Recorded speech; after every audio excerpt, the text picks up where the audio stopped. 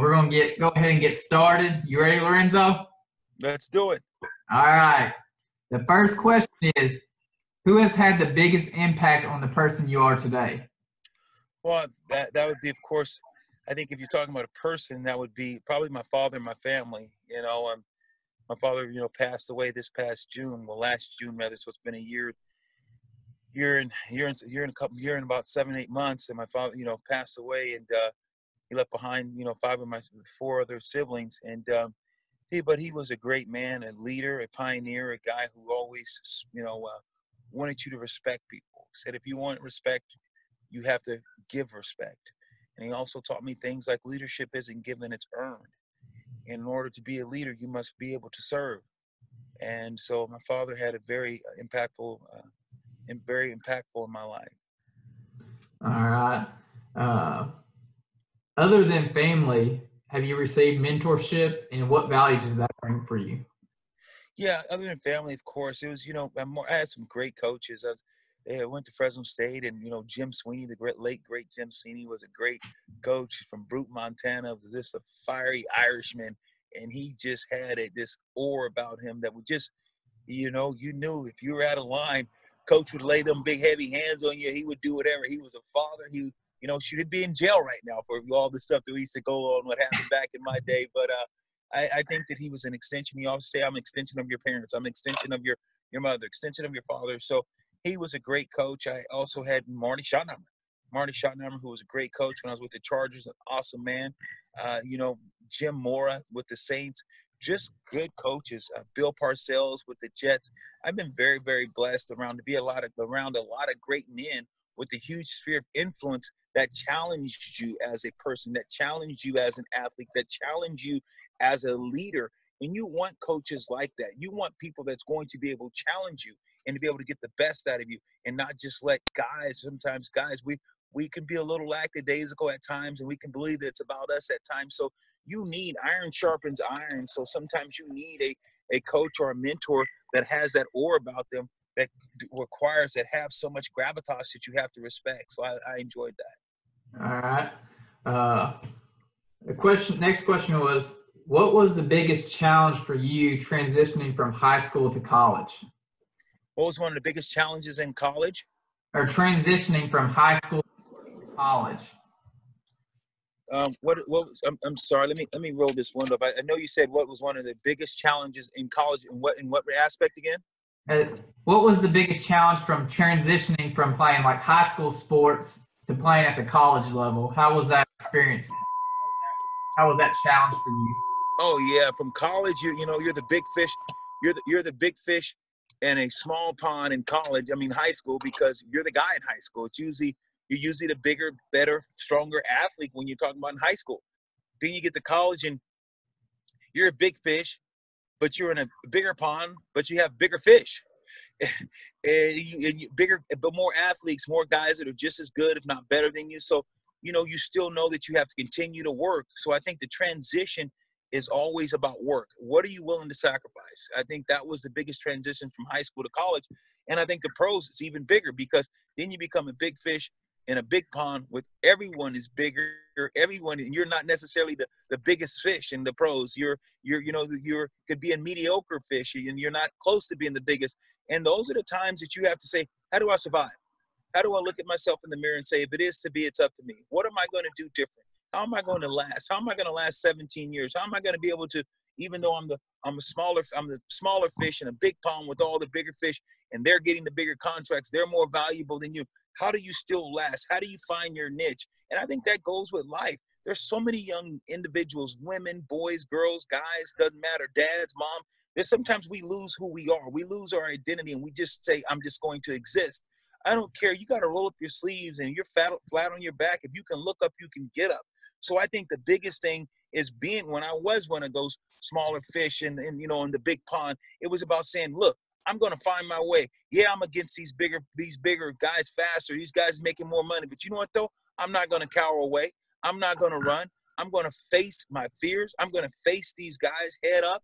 And that's what you have to do in life, in school, anything you do. Sometimes you might not be the smartest guy in the class, or you're in life and you're thinking about, what is my existence? What am I doing? And you're lost. And You look around the school and there's other people and you think that they're on top of the world. They might have come from more money. They might have more influence because they come from a family that's well-to-do in the community, and you're in the same class and you see them in their little crews and you feel like Rudolph. You're not allowed in the reindeer games. Who are you at that time? Who are you at that time? Those are the times when you say, you know what, I am somebody. No matter how big and how deep your pockets may be, no matter if you're the prom queen or the prom king, or no matter how people view you, you know what? I view myself as equal, if not more, because I'm going to be great. And how do you do that? It's by saying, you know what? I know that I can. It's about grabbing books. It's about educating yourself more. It's about finding out who you really are, because tough times don't last. Tough people do. And in your darkest hours, that's where character shows up, because it's so easy as a young person to say, well, God, no one sees me. Who am I? And sometimes you get lost, and you can be lost as parents. You can be lost as children.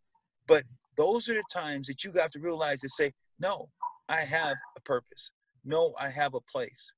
And my place is within my heart. My place is to say, how do I make others notice me without doing something that's stupid, without committing a crime, without being a class clown, without going in because you feel that you need acceptance, you got to go do something stupid because they saying they're going to accept you. No, if people making you get out of your character to meet for acceptance, then those, shame on them. They're not real people, because true friends, when they want to spend time with you, they want to spend time, not money. I love it. I love it. Well, another question is, for student athletes, where you went to college at Fresno State, what went into determining where you wanted to go to college? What should these student athletes consider when choosing a school for their education to play sports? I think, of course, education is key to success. But I think one thing you do, wherever university that you're at, you walk around that campus and get away from all the athlete. Get away from the athletic department. Get away from all that. Go walk around the campus. Look at where you live. Look at the environment that you're in, and say, God forbid, what if I'm hurt? I still got to go to this school. I still got to be a part of this community. Find out, is this what you really want to do? Because sports is going to be taken away one day. One day they're going to take that jersey away, whether it's high school, whether it's college. One day the jersey is going to be taken away. And then who are you? Who are you then? When the jersey is the way, you're not the biggest, you're not the strongest, you're not the fastest, you're not the best athlete no longer in the school. Who are you then? Who are you? How are you going to be able to be? So I think a lot of student athletes need to step away from that campus, step away from all the athletes, step away from that environment where it's all taken care of, and just walk around the campus and say, do I belong? Who am I going to be without sports? If they don't know my name, can I survive, and will I like this community? I like it. All right, it's kind of on the same subject, but what is something you have seen cause student athletes to not reach their full potential? Well, I think that one of the things is self-inflicted wounds. By thinking that you've arrived, by letting a setback is nothing but a setup for a comeback. So many student athletes are on top of the world and they forget to go to school. Oh yeah, forget to go to class, forget the grades, bad choices. CDC, choices, decisions, and consequences. They make a choice to start smoking dope. Then a decision, should I smoke this or should I not? Should I go to class or should I not go to class?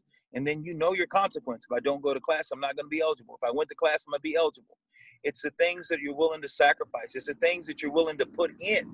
And I think those are things that sometimes I've seen a lot of student athletes fall and go down the wrong road because of the fact they let self get in the way. They let self-pity get in the way. They let self-gratification get in the way. They let themselves get in the way and hinder themselves and hinder their growth spiritually, financially, athletically, in every possible way because of self. All right. Next question. If you were required to go back to college but could not play football, what major would you do and what career would you pursue? It's interesting because I majored in criminal justice with a minor in public communications. I really believe that, man, I would want to be a mentor. I love that football gave me, the athlete gave me, the football gave me the platform to be able to have a platform to be able to speak to individuals. For me, it's about how do you change people? How do you let people know that they have a purpose? So mine would be, it'd be working with youth. It'd be working with people, trying to let people say, look, because it's so easy. I mean, if you've ever seen an ant pal, think about, so one day walk outside and you can see thousands of ants. It's an ant pal. And if you grab one ant and that one ant's dead, or the one ant, you kill the one ant, or someone steps on the one ant, those other ants keep moving. They keep moving. They go about their business. Man, we are nothing in the big scheme of things. We're smaller than ants. Think about how many billions of people are on this earth. Who are we? What is our purpose? And I think that's what I understand. And if I went back to school, it would be to serve. So it would be to get in something, whether it's criminal justice, whether it's counseling. I believe that there's a lot of people that feel lost, and so they act out.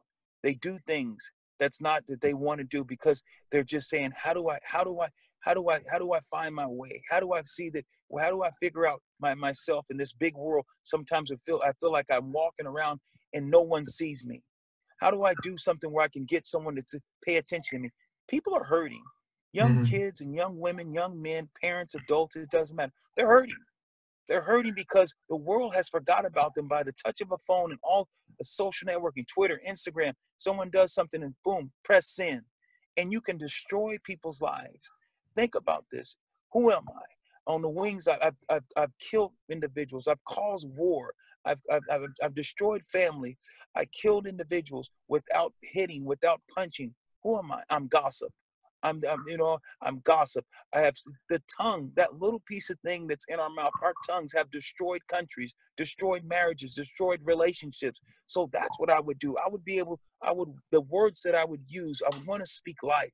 We can give life, or we can give death. I choose life. Love it. Love it. All right. Next question is, what is something student athletes may not realize about life in the NFL compared to playing in college? Yeah, I think college is so much more fun. Of course, NFL, you get the money and it's fun. You be able to, it provides for you. So those things you love. But the biggest thing is about college, man, is just you get to experience youth. You get to be young. You get to hang out and go party with your college friends. You get to meet people, and it's so much more fun. When you get in the pros, it's a job. They're trying to replace you. You're in college, you're out there, you're enjoying yourself, you're enjoying your friends. You meet probably your wife, you'll meet your girlfriend, those experience. In the pros, it's totally different, because once you're there, people are looking at you as like, how can I get what you have? How can I take what you have? And they don't understand the pros is so much different. The caring level is not there. The sincerity is not there, because it's a job. It's a job. So I think that's a big difference. All right. And this is the last question. Is there a time in your life that you felt like you were at your lowest point, and how did you respond? There's been a lot of times where I felt like lowest points, things that I did. I talk about CDC. I made choice. Like I could have made a good choice or bad choice, and I made a bad choice. And then choices, decisions, and the consequence. And I had to deal with them. And it was tough. Sometimes you feel all alone. Sometimes you're like, why'd you do those things? Why'd you make those decisions that could alter your life? And those are times where you're tested. Those are times where your faith is tested. Those are times where you're looking and saying, wow, God, what did I do? And those are times sometimes you want to go in that shell. Those are the times you think about, you think about things, and people to say, oh, well, I don't think about life, and I've never thought about that. I think people are lying. People are thinking about that. People have thought about taking their lives, and people start thinking about, oh man, what if I wasn't here? Some people, of course, act on it. And a lot of people just like that thought comes through your mind, and for a second or two, and you keep moving on. And everyone's been in. I don't care if you're president. I don't care if you're vice president. I don't care who you are. We all are faced we all are faced with problems. We all have low points. We all have high points. And you see, look at Robert Williams. Here's a guy that's always got Miss Doubtfire, always laughing. And you saw the guy all in movies, and you think, man, how can this guy take his life? All the money in the world, all those things, they don't buy happiness. Sometimes in life, people think if I had this, I would do that. We're searching for those things. We think that as a kid, as a student athlete, or a young lady, young man, sometimes we think if I get a scholarship, if I just be able to make a touchdown, those things that is a Band-Aid on a shotgun wound. You look at those things, and sometimes people think that's going to cure all. No, that's why we continue to search. We keep going hard. Oh, if I do this, if I do that, People start, if I do more, I do more. And we keep reaching. And it's nothing wrong with keep striving for excellence. Nothing wrong with that. But sometimes we continue to do that, and we got to first be able to love ourselves. So the biggest thing that people have to do in general is to love and love themselves. Because if you can love yourself and understand who you are, of course, you're going to still have to work and accomplish things. And those are all things that are going to drive you. But those things are always going to be there. But you got to first start with self. Self-evaluation is everything. That's the key to me for success in life. Bro, I love it. I love it. No worries, man. I enjoyed it. I really enjoyed it. We got to do this again. I just hopefully the young men and young women, hopefully it's parents, doesn't matter who's listening to this, understanding, man, the importance of just being comfortable in who you are. Understanding that life is full of ups and downs. Understand that life is a process. Understand people say, where am I going? How do I get there? People need to know how to get there. You say, hey, where am I going? I want to take a trip. But how? It's the how. And sometimes people want to get the end result. The end result is a process. Enjoy the process. Enjoy the ride. Strive for excellence every day. Challenge yourself. How can I get better? If you can look up, you can get up. Dropping the mic. I'm out. I Thank you, brother. Thank you. All right. Have a good Christmas. You too. All right. See ya.